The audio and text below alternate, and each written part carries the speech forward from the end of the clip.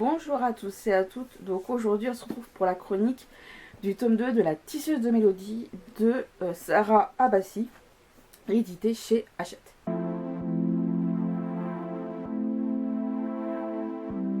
Je vais vous faire le résumé du tome 2. Donc dans ce tome-ci, on suit donc Shona dans un premier temps qui se retrouve à devoir elle est évidemment poursuivie par les gardes du roi, par le roi, etc. par rapport à la vision qu'elle a eue dans le tome 1. Et donc elle se retrouve dans une ville qui se retrouve au niveau justement pas loin de la frontière avec les terres du silence. Elle a été séparée d'Alistair à la fin du tome 1.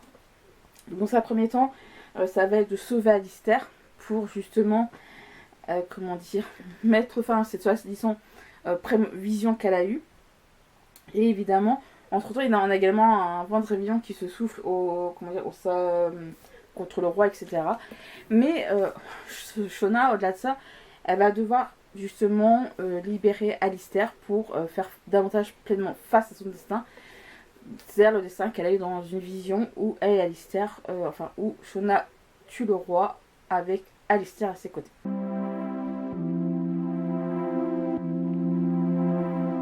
Je vous ai déjà chroniqué le tome 1, je mettrai la vidéo et l'article sur mon blog en barre d'infos et je vous mettrai également la vidéo ici dans le petit i, la petite fiche. N'hésitez pas à aller voir si vous ne l'avez pas vu.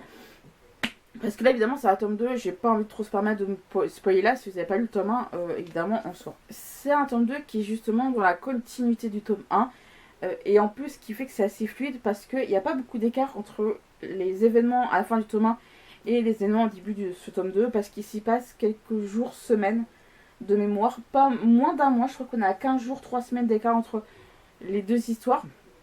Ce qui est bien, c'est que ça permet en effet une forme de fluidité. Il n'y en a pas un espace-temps énorme qu'on doit pleinement expliquer. Donc là c'est plutôt bien parce que ça permet de reprendre tranquillement l'histoire sans avoir, je sais pas moi, 10 ans d'écart où tu dois expliquer... où l'auteur doit expliquer pendant 3 chapitres ce qui s'est passé pendant les 10 ans qui sont passés. Ça permet vraiment une certaine continuité, surtout que là évidemment c'est assez intensif. On a des points de vue supplémentaires en plus de ceux d'Alistair et Shona. On a surtout Shona et Alistair dans le tome 1 en point de vue, là on en a d'autres. Ce qui est bien c'est que à la fin du tome 1 il y a donc un groupe qui se crée dans la continuité de tout ça, dans le sens où faut essayer de comprendre ce qui est arrivé à Alistair. Alistair a développé un don, donc c'est évidemment de comprendre de quoi découle ce don, de qui, de quoi, comment, pourquoi, sachant qu'il y a une sorte de créature dans les terres du silence, on ne sait pas trop quoi.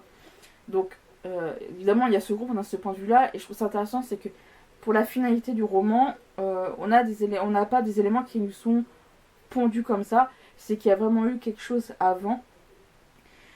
Moi ça m'a pas dérangé, je suis habituée, j'ai eu le cas, comme je vous disais récemment, l'année dernière en 2025, avec notamment Glorious Rivals et The Greatest Game. Enfin, The Greatest Games et Glorious Rivals, plus dans cet ordre-là. Donc, avoir plusieurs points de vue, du moment que c'est bien géré, ça me pose pas de problème. Là, c'était le cas, ça a bien été amené, même si là, 3/4 du temps, on est beaucoup avec Alistair et Shona, vu que ce sont surtout nos deux protagonistes. Je peux comprendre que ça peut en déranger certains, en mode, en fait, on est un peu dispersé par-ci par-là.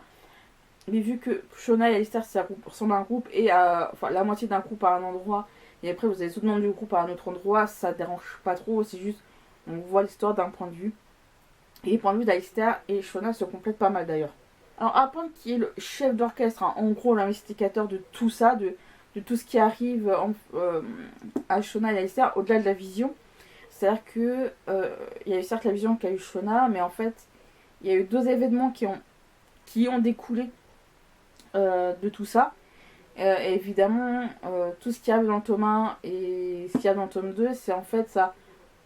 La vision qu'a eu Shona découle en gros d'un plus gros projet. En tout cas, s'insère dans un plus gros projet qui a été mené par un seul investigateur, donc le fameux chef d'orchestre. Ce qui est bien, c'est qu'on est toujours dans le domaine de la musique pour le coup. Donc apprendre qui est ce chef d'orchestre, cet investigateur, ne m'a fait ni chaud ni froid. Apprendre l'identité, ça m'a fait ni chaud ni froid. Je n'ai pas été surprise. Je m'attendais pas forcément à ce personnage là, mais j'ai pas été surprise non plus. Ça m'a rien fait. Peut-être pour le coup, c'est parce que ce personnage-là n'a pas eu peut-être de base autant d'importance qu'on le pensait. Peut-être, je sais pas. C'est en effet des choses qui peuvent arriver. Enfin, c'est ce qui fait qu'il n'y a pas, en effet, il n'y a pas eu de signe avant-coureur en se disant, bah, je m'attendais pas à ce personnage-là parce qu'il y a des signes avant-coureurs. J'ai pas été surprise parce qu'il n'y a pas un truc comme ça qui fait, ah ouais, en effet, je m'attendais absolument pas. Non, moi, ça m'a rien fait, pour le coup. C'est des choses qui peuvent arriver. Moi, ça m'a rien fait. Peut-être que ça va faire réagir peut-être certains. Je ne sais pas. N'hésitez pas à me le dire, c'est toujours aussi intéressant. Alors, les motivations de cet antagoniste, pour moi, semblent légitimes. Dans le cadre de comment s'expliquer, je peux totalement comprendre. Par contre, les méthodes utilisées, est-ce qu'elles le sont tout autant? Ça, en effet, ça se discute. Arriver à ce point-là, d'amener tout ça à une sorte de complot politique ou pour renverser un roi ou je sais, tuer un roi ou je sais quoi, ça peut être. Ouais, ça peut apprêter à confusion. Alors, en effet, il y a l'art et la manière de faire les choses, mais est-ce que ça c'était vraiment la bonne méthode? Ça se discute, c'est vraiment vis-à-vis de chacun. Moi, en effet, c'est peut-être un peu trop extrême comme méthode, mais je pense que vous allez me dire, au bout d'un moment, faut y aller à bon coup, faut avoir ce qu'on veut. Enfin, ça dépend vraiment, je pense, de chacun en vue de la situation. Mais en tout cas, moi, je pense que ouais, je suis un peu mitigée. Je comprends le pourquoi du comment des motivations. Quand on comprend le passé de cet antagoniste, etc. Je le comprends, je l'entends, ça me fait je dirais pas que ça me fait écho, mais en effet c'est légitime, mais peut-être pas les méthodes utilisées. La relation Shona-Alistair, elle évolue, peut-être pas autant que dans le premier pour le coup, mais leur relation pour moi reflète plus le lien qu'ils ont su créer dans le tome 1. Elle évolue parce qu'ils ont vraiment conscience de ce qu'ils ressentent l'un pour l'autre, mais c'est plus dans le sens que ça a découlé de ce qu'ils ont vécu dans le tome précédent. Donc, soyez pas surpris que leur relation n'évolue pas par rapport au tome 1, c'est parce qu'en effet, le contexte ne permettait pas de davantage faire évoluer leur relation. Elle évolue, ne me fais pas dire ce que j'ai pas dit, mais pas autant que dans le tome 1, c'est juste, on pose les bases sur les bases de leur relation ont été posées dans le tome 1. Ça a évolué un petit peu dans le tome 2, mais c'est juste pour, comment dire, voir vraiment leur relation se stabiliser en disant, voilà, ils sont arrivés à ce stade où ils sont ça et ça l'un pour l'autre. Je tiens juste à le préciser. La fin en soi, elle est belle, je trouve, en soi. C'est en effet, il y a eu comme une... je dirais pas une fin ouverte, mais presque. Dans le sens où on ne sait pas où ça va amener tout ça.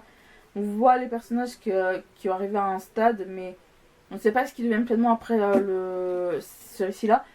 Moi, je pars de penser que ça, quand même, ça, c'est peut-être une fin fermée pour certains en disant voilà, on est arrivé à ce stade-là, ça en valait la peine, tant mieux. Mais certains, ça peut être une fois ouverte en disant bah, on peut s'imaginer qu'en effet, il va là arriver ça, en bien, hein, évidemment. Mais moi, j'ai bien aimé dans le sens où ça rappelle l'impact de la musique sur le fait que la musique peut nous réunir au-delà de où on vient, de notre culture, etc. etc. Et je trouve que c'était vraiment top et qu'en effet, la musique peut nous réunir.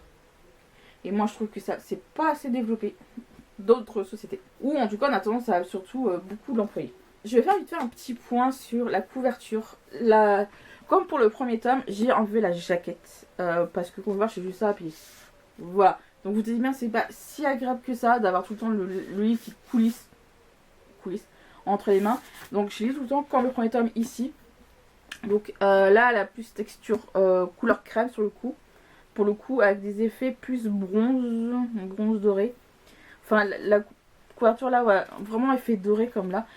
Évidemment, comme pour le premier tome, le seul truc qui, moi, me dérange, et heureusement que j'ai enlevé la jaquette et que je l'ai gardée, c'est le fait que, je sais pas si vous voyez, mais ça s'est pas mal effacé. Je trouve ça dommage. Alors là, j'ai réussi à davantage le garder sur la page de couverture, enfin l'avant et l'arrière. J'ai réussi à le garder, à faire au mieux.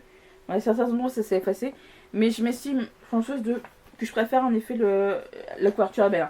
Mais je suis assez contente que là, j'ai encore la jaquette qui offre pour le coup aussi une très belle couverture.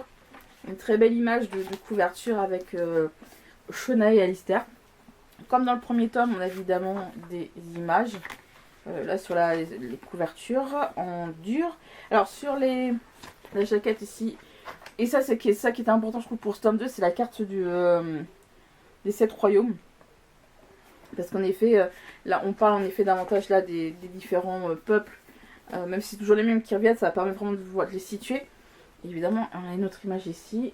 Et la couverture, elle écarte un peu un aspect continuité que j'aime beaucoup. Mais en tout cas, non, voilà. Et évidemment, je dois vous rappeler le magnifique jaspage qui est en miroir. Parce que je crois que pour Thomas, c'était en plus en teint blanc et noir avec une clé de fan qu'on avait. Une clé de sol plutôt. Mais dans l'ensemble, c'est vraiment un très bel ouvrage. Si vous avez des gens autour de vous qui adorent les beaux livres, bah voilà. Surtout avec une belle histoire.